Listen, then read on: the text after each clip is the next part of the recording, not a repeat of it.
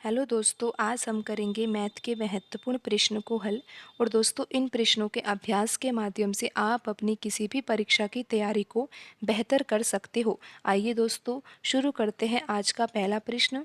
दोस्तों, यहाँ पर प्रश्न में दिया है कि एक ट्रेन को एक खंभे को पार करने में 1 सेकंड और 300 मीटर लंबे प्लेटफार्म को पार करने में 3 सेकंड का समय लगता है। ट्रेन की लंबाई कितने मीटर होगी? दोस्तों, प्रश्न में दिया हुआ है कि एक ट्रेन एक खंभे को पार करती है तो कितना समय लगता है? 1 सेकंड का समय लगता है। और ट्रेन अगर 300 मीटर लंबे प्लेटफार्म को पार करती है तो कितना समय लगता है? 3 सेकंड का समय लगता है। प्रश्न में हमें ज्ञात करना है कि ट्रेन की लंबाई कितने मीटर है। तो दोस्तों, आप यहाँ पर ये बात ध्यान रखिएगा कि अगर ट्रेन एक खंभे को पार करती है या फिर एक व्यक्ति को पार करती है तो उस स्थिति में ट्रेन के द्वारा जो तय की गई दूरी होती है वो ट्रेन की खुद की लंबाई ही होती है।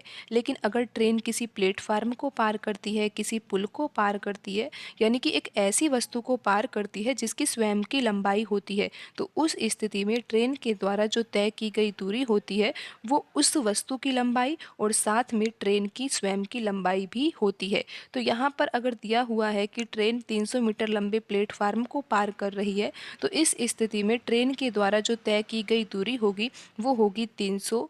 और यहाँ पर हमें प्लस करना होगा ट्रेन की स्वयं की लंबाई को। तो यहाँ पर तो दोस्तों प्रश्न में हमें ज्ञात ही करना है कि ट्रेन की लंबाई कितने मीटर होगी। तो हम यहाँ पर मान लेते हैं कि ट्रेन की जो लंबाई है वो कितनी है? x मीटर है। तो दोस्तों, आपको यहाँ पर ये समझ में आ गया होगा कि ट्रेन जब प्लेटफार्म को पार करेगी तो ट्रेन के द्वारा तय की गई दूरी कितनी होगी? 300 प्लस x। यहाँ पर x क्या है? x यहाँ पर हमने मानी है ट्रेन की लंबाई। तो दोस्तों, अगर ट्रेन एक खंभे को पार करती है तो उस स्थिति में तो ट्रेन अपनी स्वयं की लंबाई की ही दूरी तय करती है। तो यहाँ पर दूरी कितनी आएगी? x, क्योंकि x हमने माना है ट्रेन की लंबाई। तो दोस्तों, अब हम यहाँ पर एक सूत्र लिखने जा रहे हैं। सूत्र किसका लिख रहे हैं? चाल का लिख रहे हैं। चाल बराबर क्या होता है? दूरी बट्टा समय। दोस्तों, यहाँ पर दो स्थिति दी हुई है। एक स्थिति है ट्रेन को एक खंभे को पार करने में 1 सेकंड का समय लगता है, पहली स्थिति ये है। और दूसरी स्थिति ये है कि 300 मीटर लंबे प्लेटफार्म को पार करने में 3 सेकंड का समय लगता है। तो दोस्तों, पहली स्थिति के अनुसार दूरी कितनी होगी? दूरी होगी x। क्यों होगी x? क्योंकि दोस्तों, पहली स्थिति में ट्रेन एक खंभे को पार कर रही है और यहाँ पर अगर ट्रेन एक खंभे को पार कर रही है तो दूरी कितनी होगी? ट्रेन की स्वयं की लंबाई। और यहाँ पर हमने लंबाई कितनी मानी है? x मानी है, तो यहाँ पर हमने लिख दिया x। दोस्तों, यहाँ पर समय कितना होगा? 1 सेकंड का समय लग रहा है खंभे को पार करने में। दूसरी स्थिति क्या है दोस्तों? यहाँ पर ट्रेन एक प्लेटफार्म को पार करती है तो कितनी दूरी तय कर रही है? 300 मीटर तो प्लेटफार्म की स्वयं की लंबाई है और यहाँ पर x मीटर किसकी लंबाई है? ट्रेन की लंबाई है। तो यहाँ पर कुल दूरी हो जाएगी 300 प्लस x। समय कितना लग रहा है? 3 सेकंड का समय लग रहा है। तो इस तरह से हम यहाँ पर लिख देते हैं 3। दोस्तों, ये अब एक समीकरण है और इस समीकरण में से हमें x का मान ज्ञात करना है और बिल्कुल आसान तरीके से हम x का मान ज्ञात कर सकते हैं। यहाँ पर हमें करना होगा क्रॉस मल्टीप्लाई। 3 का गुणा हो जाएगा x से, तो यहाँ पर आ जाएगा 3x। और यहाँ पर लिखा हुआ है 1। 1 का गुणा होगा 300 प्लस x से, तो यहाँ पर आ जाएगा 300 प्लस x। दोस्तों, यहाँ पर 3x लिखा हुआ है। इस x को हम यहाँ पर बाएं पक्ष में लाएंगे तो माइनस हो जाएगा। बराबर है दोस्तों क्या? 300। 3x में से x गया तो कितना बचा? 2x। बराबर कितना आ गया? 300 आ गया। और यहाँ पर x बराबर कितना आ जाएगा? 300 बटा 2।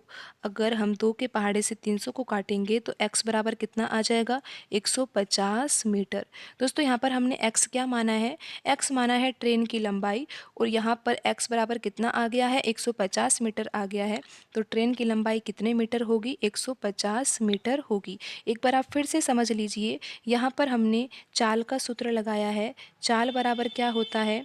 दूरी बट्टा समय होता है। यहाँ पर दो स्थिति दी हुई है। पहली स्थिति है खंबे को पार करने में, तो खंबे को पार करने में जो तय की गई दूरी होगी वो कितनी होगी? x, क्योंकि यहाँ पर x हमने क्या माना है? ट्रेन की लंबाई। और समय कितना लग रहा है खंबे को पार करने में? 1 सेकंड का, तो इस तरह से हम यहाँ पर लिख देंगे 1। दोस्तों, यहाँ पर जो दूसरी स्थिति है वो है 300 मीटर लंबे प्लेटफार्म को पार करने में। तो इस स्थिति में जो कुल दूरी होगी वो कितनी होगी? 300 प्लस x और समय कितना लग रहा है, 3 सेकंड का समय लग रहा है, तो हम यहाँ पर लिख देंगे 3। अब हम यहाँ पर क्रॉस मल्टीप्लाई करेंगे तो यहाँ पर आ जाएगा 3x बराबर 300 प्लस x। और अब हम इस समीकरण को हल कर लेते हैं और x का मान भी निकाल लेते हैं। यहाँ पर आ जाएगा 300, 3x में से x गया तो यहाँ पर आ गया 2x बराबर 300 और x बराबर कितना आ जाएगा 150 मीटर। तो ट्रेन की लंबाई कितने मीटर है, 150 मीटर है। इस तरह से दोस्तों आप इन प्रश्नों को बिल्कुल आसान तरीके से कर सकते हो। दोस्तों आज की वीडियो में इतना ही, मिलते हैं अगली वीडियो में। धन्यवाद दोस्तों।